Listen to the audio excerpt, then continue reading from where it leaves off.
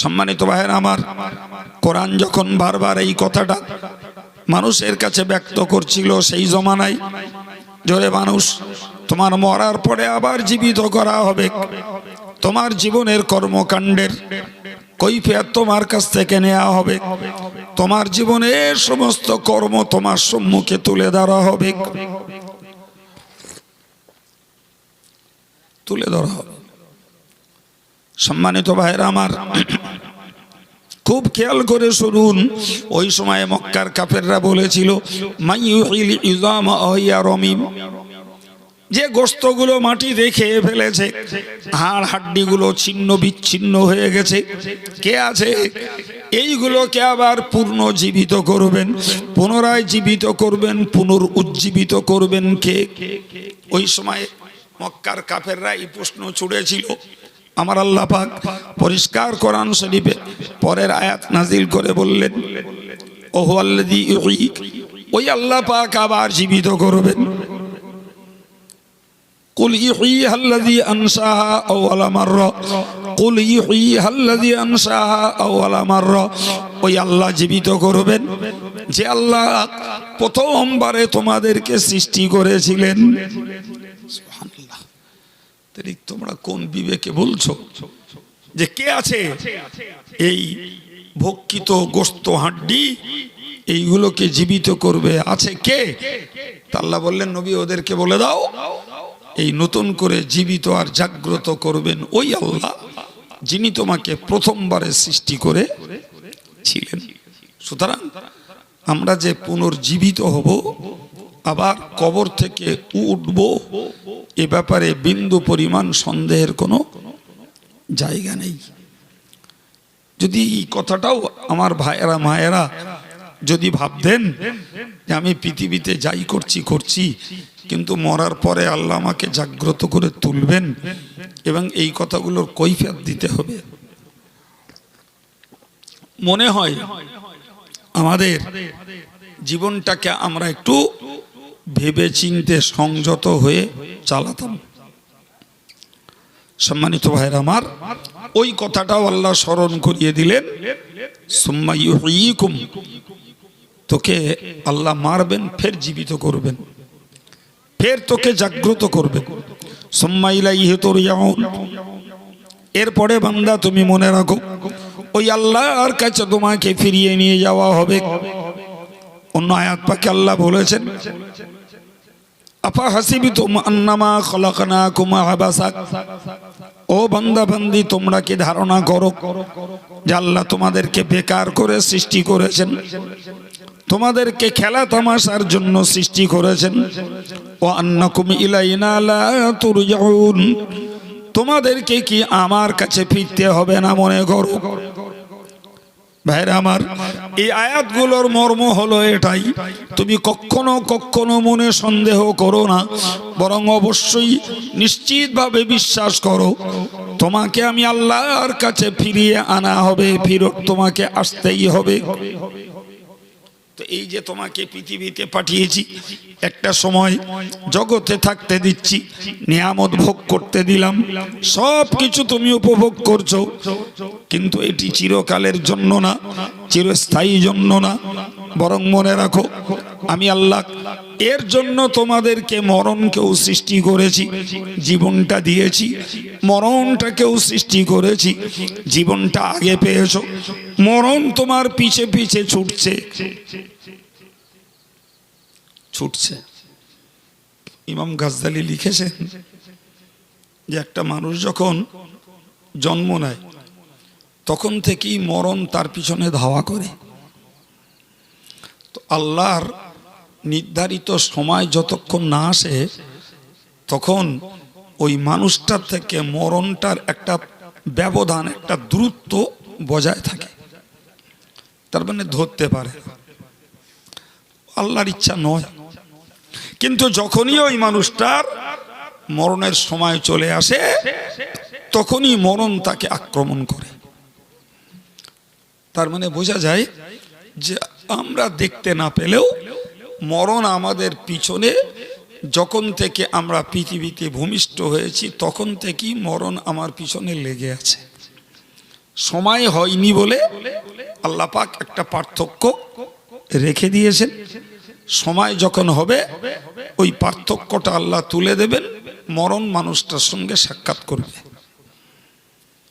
তো আল্লাহ বললেন, এই যে জীবন দিয়েছি আর মরণ তোমার পিছনে ছুটিয়েছি, এর পিছনে একটা রহস্য হলো লিয়াবলুয়াকুম আইয়ুকুম আহসানু আমালা, তোমাদের মধ্যে কে সুন্দর কাজ করতে পারে, আমি ওইটা পরীক্ষা করার জন্যই তোমাদেরকে জীবন দিয়ে মরণ ছুটিয়েছি।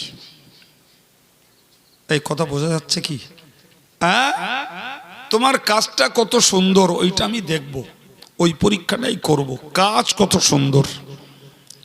ভাই তাহলে আল্লাহ পাক আমাদের কাজ সুন্দর না অসুন্দর, কাজ ভালো করি না মন্দ করি, সওয়াবের কাজ করি না পাপের কাজ করি, জান্নাতমুখী কাজ করি না জাহান্নামমুখী কাজ করি, আল্লাহর পথে চলি না ইবলিসের পথে চলি, এইটাকে বাস্তবে আল্লাহ দেখার জন্যই আমাদেরকে জীবন দিয়ে মরণটাকে আমাদের পিছনে লাগিয়েছে। এখন আমরা যদি নিজেরা বিবেচনা করে বুঝতে পারি যে আমার যা কাজকর্ম, আমার যা কথাবার্তা, তাতে আমি আল্লাহ পাকের কাছে সঠিক জবাব দিতে পারবো না। কি গো, বিবেকের কাছে রায় চালি, বিবেক বলবে না? বলবে না? বলে একদম একদম আমার বিবেক আমাকে বলেই দেবে, আমার বিবেক আমাকে জানিয়ে দেবে যে তুমি নেকির তুলনায় পাপের কাজ বেশি করছো, কিংবা তোমার পাপের তুলনায় নেকির কাজ বেশি আছে, তবে পাপ কিছু আছে, একেবারে তুমি পাপ মুক্ত সাধু নও। আমার বিবেক আমাকে বলে দেবে। সুতরাং আমার বিবেক যখন আমার সাক্ষী দিয়ে দেবে যে আমার পাপের তুলনায় নেকি বেশি, তাহলে বাকি পাপটুকু আমাকে ক্ষমা করে, ক্ষমা চেয়ে পাপটাকে মোচন করে মরার চেষ্টা করা দরকার। আর যদি মনে হয় আমার পাপের পরিমাণ অনেক বেশি, তাহলে আমি ক্ষমা তো চাইবই, কিন্তু সেটা একবার নয় দুবার নয়, বরং বারবার আল্লাহর কাছে ক্ষমা চেয়ে আমি আশা পোষণ করব যে আমার আল্লাহ আমাকে মাফ করে দেবেন। তবেই তো এই অশ্বনে লাভ হবে, তবেই তো অশ্বনে লাভ হবে। ভাইরা আমার, তো আমি আপনাকে বোঝাচ্ছিলাম যে আল্লাহ বললেন তোমরা কে কত সুন্দর আমল করতে পারো, ওইটা দেখার জন্যই আমি তোমাদেরকে পৃথিবীতে পাঠিয়েছি। এর পরেও আমাদের যদি হেদায়েতের জন্য তেল মলতে হয়, হেদায়েতের জন্য যদি তেল মলতে হয়, তাহলে বুঝতে হবে যে আমাদের ব্রেন কাজ করছে না। এই কথা বলেন, নিজের ব্রেন যদি কাজ করত তাহলে অল্প কথাতেই আমাদের জীবনটার পরিবর্তন করে ফেলতাম, কিন্তু ব্রেন কাজ করছে না। সম্মানিত ভাইরা আমার, ভালো করে মনে রাখুন, কোরআন শরীফে আল্লাহ বললেন কে কত সুন্দর কাজ করতে পারো, ওটা দেখার জন্যই, ওইটা পরীক্ষা করার জন্যই আমি তোমাদেরকে পাঠিয়েছি এই পৃথিবীর মাটিতে, আর মরণ তোমাদের পিছনে লাগিয়ে দিয়েছি। জি প্রিয় ভাইরা আমার, এখন এই সুন্দর কাজ কোনটা? যে যেটা করে তার কাছে সেটা সুন্দর বলেই মনে হয়। আজকে যে ছেলেগুলো, এই পাড়াস্থ ভাইরা মায়েরা যারা পয়সা করি কালেকশন করে জোগাড় যন্ত্র করে এই মজলিসটা কায়েম করেছেন, তারা নিশ্চয়ই ভাবছেন আমরা একটা সুন্দর কাজ করছি, ঠিক কিনা? আবার যারা এই বল খেলা দিচ্ছে, মেয়ে ছেলে বেটা ছেলের বল খেলা কিংবা ড্যান্স হাঙ্গামা যারা করাচ্ছে, তারা তাদের চিন্তায় ভাবছে আমরা খুব ভালো কাজ করছি, ঠিক কিনা বলে? জি, কেউ বা হয়তো ব্যক্তিগতভাবে ওই তাস খেলছে, জোয়া খেলছে, সেও তার চিন্তায় মনে করছে আমি ভালো কাজ করছি। ওই মাঝে মধ্যে রাস্তায় দেখি ওই মোরগ লড়াই খেলা হচ্ছে, আপনাদের নজরে পড়ে না? মোরগ লড়াই খেলা হচ্ছে, যে দুটো অবলা জীব তাদের পায়ে ছুরি বেঁধে দিল, দুটো মোরগের লড়াই লাগিয়ে দিল। ইস, জ্যান্ত জ্যান্ত প্রাণীগুলো একটা আর একটা ছুরির আঘাতে কাটছে, রক্ত বেরোচ্ছে, কেউ হয়তো এমন আঘাত পাচ্ছে মরেও যাচ্ছে, আর এরা খেলা দেখছে। আছে না নাই? জি, সেখানেও শয়ে শয়ে লোক আছে বলে না নেই? হ্যাঁ, তাহলে যারা ওটা করছে তারা ভাবছে আমরা খুব ভালো কাজ করছি।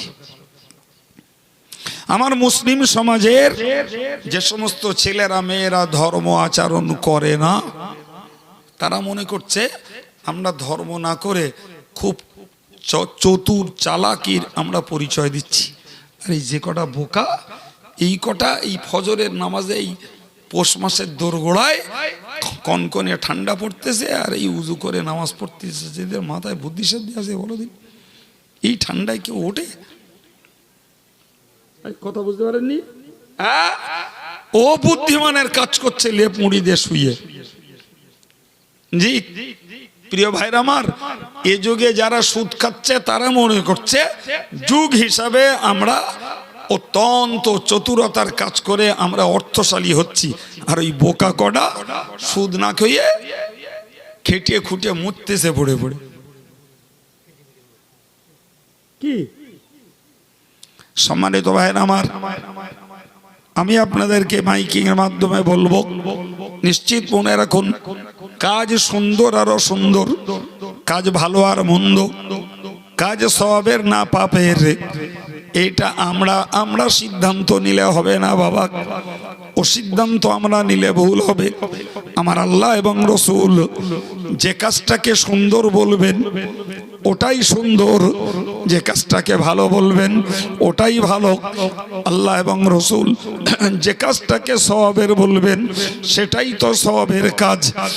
আল্লাহ রসুল যেটাকে অসুন্দর বলবেন, খারাপ বলবেন, পাপের বলবেন, সেটা সারা পৃথিবী যদি একদিকে করে তাও তো সেটা ভালো হবে না, হবে বাপ। সুতরাং সুন্দর আর অসুন্দর, ভালো আর মন্দ, সওয়াব আর পাপ, এটা মেম্বার প্রধান আর ডাক্তার মাস্টার আর কোন বিচারক মোড়ল এরাই ঠিক করে দিলে হবে না বাবা। জি, তাই ওই ঠিকঠাক কার ঠিক? আল্লাহ এবং রসুল যেটাকে সুন্দর বলবেন, আল্লাহ রসুল যেটাকে ভালো আর সওয়াবের কাজ বলবেন, ওইটাই হলো সুন্দর, ঠিক কিনা? এর জন্য একটা মন লাগে, এর জন্য মন লাগে যে আল্লাহর কথাটাকে আমি বিনা চিন্তায় বিনা গবেষণায় ভালো বলবো, আর আল্লাহ যেটাকে নিষেধ করেছেন বিনা চিন্তায় বিনা গবেষণায় ওইটাকে মন্দ বলে বিশ্বাস করব। প্রিয় ভাইরা, এর জন্যও একটা মন লাগে, হ্যাঁ না বলেন?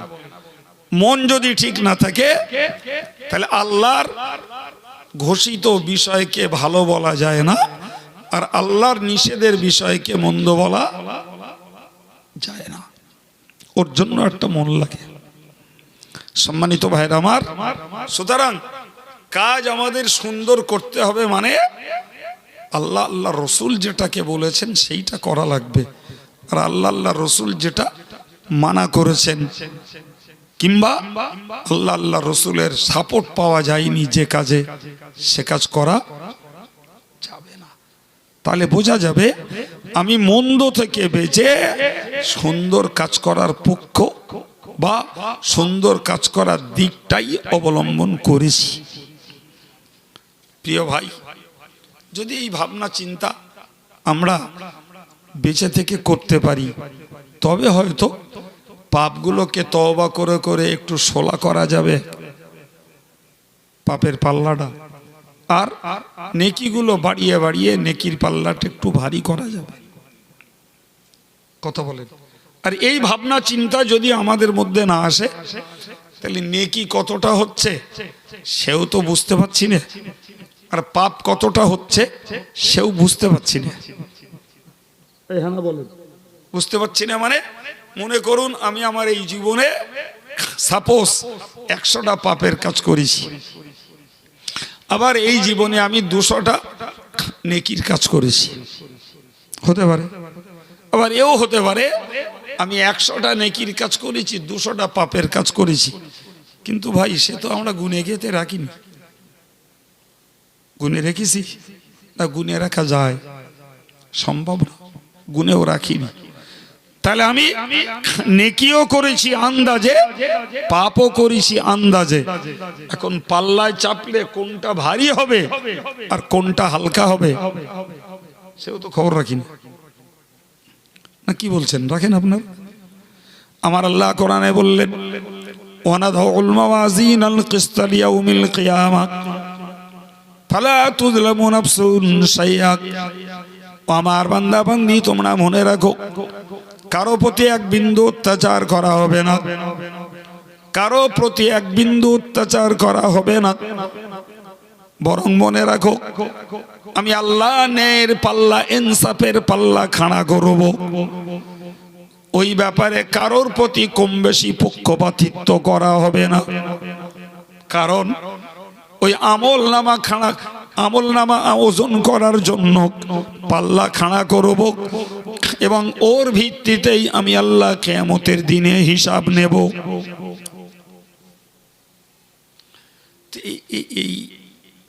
এই ব্যাপারে অ্যাকচুয়াল হবে 4টে দল। কটা দল বললাম? 4টে দল হবে ভাই। এই যে 4টে দল হবে,